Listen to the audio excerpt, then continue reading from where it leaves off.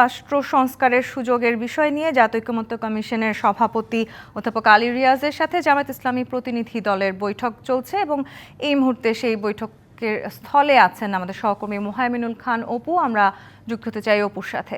অপু, জামায়াত ইসলামীর সাথে ঐকমত্য কমিশনের বৈঠক হয়েছে, বৈঠক থেকে কি জানা গেছে, কি বলেছেন জামায়াতের নেতারা? কিছুক্ষণ পরেই কিন্তু যে আরেকটি বৈঠক সেটি শুরু হবে, এটি বিকাল 4টা থেকে 5টা নাগাদ পর্যন্ত হতে পারে।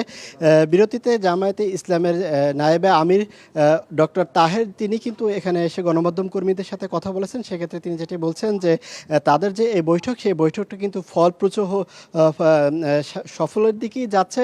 তবে এই 3 ঘণ্টাব্যাপী যে বৈঠকটি চলছে, সেই বৈঠকটি মূলত সংস্কার কমিশনের সাথেই মূলত এই বৈঠকটি হয়েছে। সংস্কারের যেসব বিষয়গুলো রয়েছে সেই বিষয়গুলো নিয়েই তারা আলাপ আলোচনা করেছেন। তবে সংসদ ও রাষ্ট্রপক্ষের যে রাষ্ট্রপতির যে মেয়াদ 5 বছর, তার পক্ষেই কিন্তু জামাত বলছে যে এটির মেয়াদ তারা 5 বছরই চাচ্ছেন।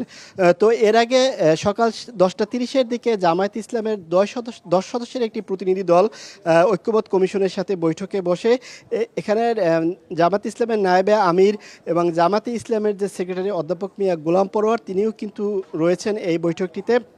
কালার এক্সপার্ট, জর্জ স্যাপ এবং মাইল্ড অন হ্যান্ডস টেকনোলজি সমৃদ্ধ অরিক্স ক্রিস্টাল ওয়াশ আপনার তারা যেটি বলছেন যে এই বৈঠকটি বিকেল 5টা পর্যন্ত হলেও যদি আজকে যদি সব বিষয় নিয়ে আলোচনা করতে নাও পারে, তারা পরবর্তীতে কিন্তু আবারও এই বৈঠকটিতে বসতে পারেন কিছুদিন পরে।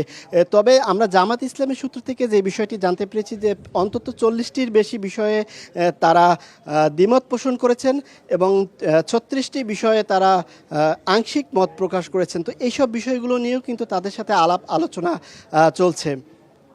তো বিকাল 5টায় তারা বৈঠক শেষে কিন্তু তারা গণমাধ্যম কর্মীদের সাথে বিস্তারিতভাবে কথা বলবে। তন্নি।